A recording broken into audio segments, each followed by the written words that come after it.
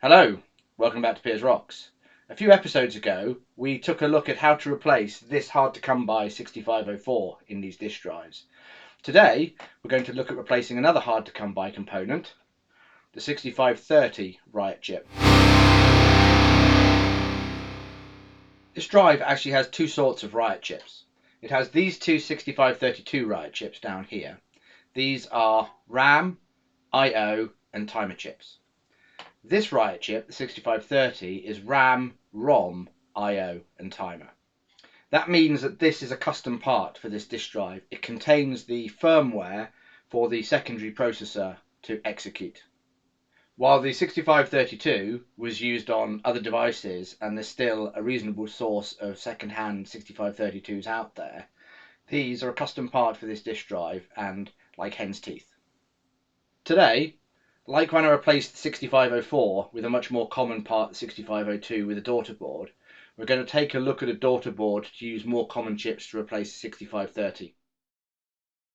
Let's take a look at the 6532 RIOT chip, which is fairly easy to come by, and the 6530 RIOT chip on the right hand side.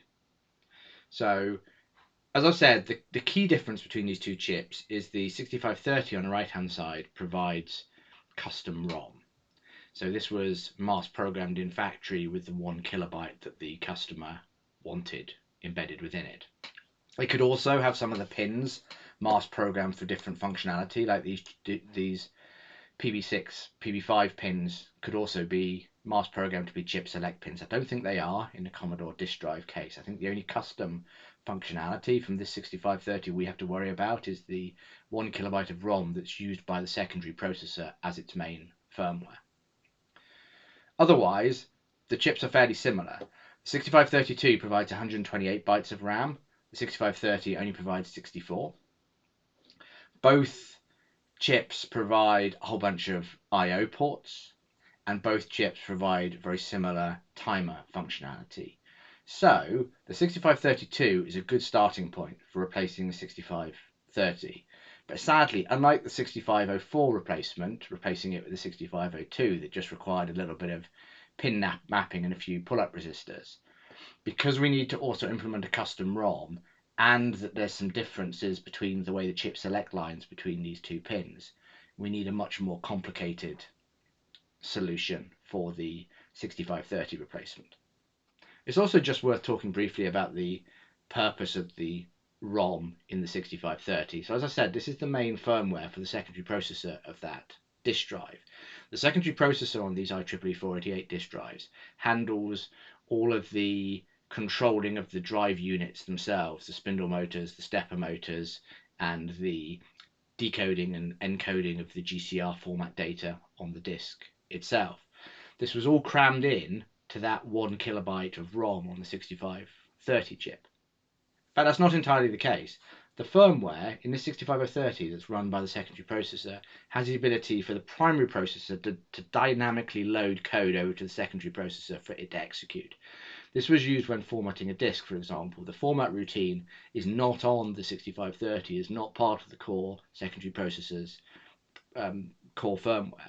So it's dynamically loaded at runtime when the user wants to format a disk over to the secondary processor.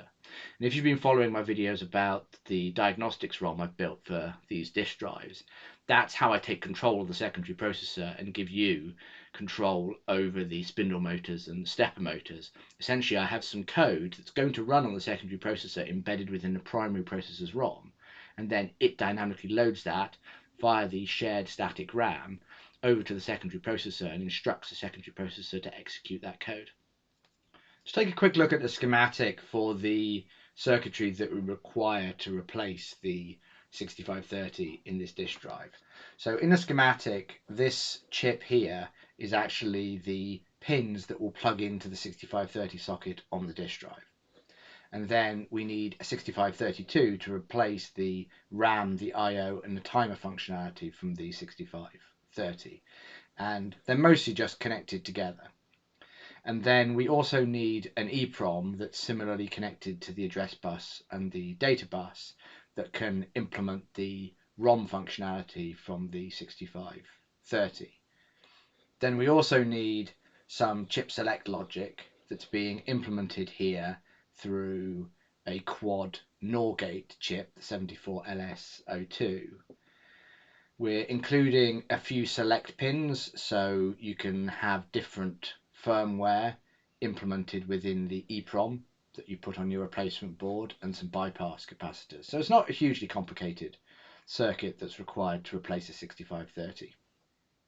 At this point, I just want to give a shout out to Ruud Balterson for the work he did a few years ago on the 6530 replacement. This has heavily influenced my solution. My schematic is very similar to this. It leans heavily on this, although my PCB replacement looks quite a bit different from his. This is my PCB replacement solution. As you can see, I've gone for a long, thin board that I think will fit quite nicely in these disk drives. I don't know about the compatibility of this with the 8250 LP or the SFD 1001, but I think it will fit really nicely in the 2040, 3040, 4040, 8050 and 8250 disk drives. It was actually a bit of a pig to RIOT in this form factor. I considered going with surface mount components for the EPROM and for the 74LS02, but in the end I stuck with through hole components to make this easier to solder. So here's the unpopulated board, ready to accept the quad NOR gate, the 6532 and EPROM with the correct ROM image. And as if by magic, there's a fully populated one. So I've pulled the correct ROM image from my disk drive off Zimmer's. There are actually 3 different images on Zimmer's, and this is the one that's already in my disk drive.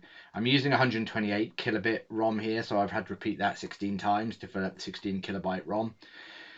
Because I've got the same image in every slot in the ROM, I don't need to bother jumping any of these header pins. I think we should try it out in the disk drive. Before we test with my replacement 6530, I have a known working 6530 in this disk drive I'm going to test with, so that's installed here. And I'm actually running my diagnostics ROM right now. This checks that the primary processor can take over control of the secondary processor.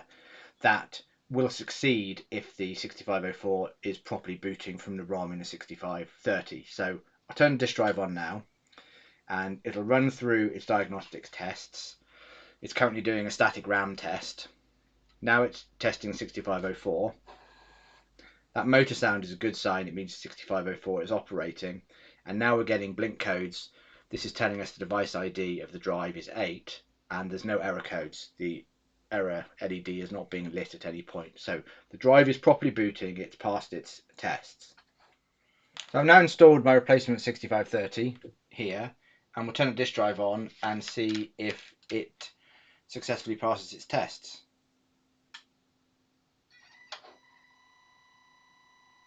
That's not a good sound.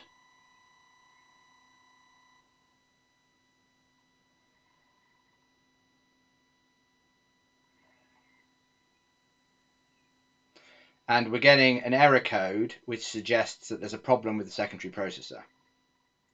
So that error code meant that the 6504, the secondary processor, has successfully booted, but the primary processor has failed to take control of it. Because it's booted, we know that that secondary processor is running code. The only place it can get code from is the ROM in a 6530, so the EPROM in this case. However, there's a failure to take over the secondary processor, and that noise suggests that we have a problem with the circuitry that's actually supposed to be driving the drive mechanisms. I also need to check out my schematic and also layout, just to see if I've accidentally shorted something together or not connected something that I should have done, or connected something to the wrong pin. I've spent about an hour poring over the schematic and layout file for this PCB. I've double, triple, quadruple checked all my soldering, and I couldn't find any issues. However, I tried the 6532 from this board in one of the 6532 sockets down here and ran my diagnostics test, and I was finding that the 6532 that I did have in my 6530 replacement board seemed to have failed. Now, I pulled it out of my stock and it had a tick on it, which suggests that I previously tested it and it worked okay. So maybe it had previously failed. I was a little bit reticent to put another 6532 in this replacement board just in case I was frying it in this board, but that doesn't seem to be the case. The 6530 replacement board now seems to work with this 6532 installed. I'll show you by turning on the disk drive and letting the diagnostics ROM do its thing. So it's testing the static RAM, then it's going to test the 6504 now. Hearing the motor spin is a really good sign. Now the drive is flashing its device ID at us and showing no error whatsoever. So the 6530 replacement board seems to work, but I had a failed 6532 in it originally. I finished off by running a performance test on both of the drive units in this disk drive with my replacement 6530, and everything is completed successfully, so I'm happy this is a good solution for when I hit a failed 6530, and I can put it alongside my solution for failed 6504s. I hope you found this video interesting and useful. If you did, please do stick around. Till next time, rock on.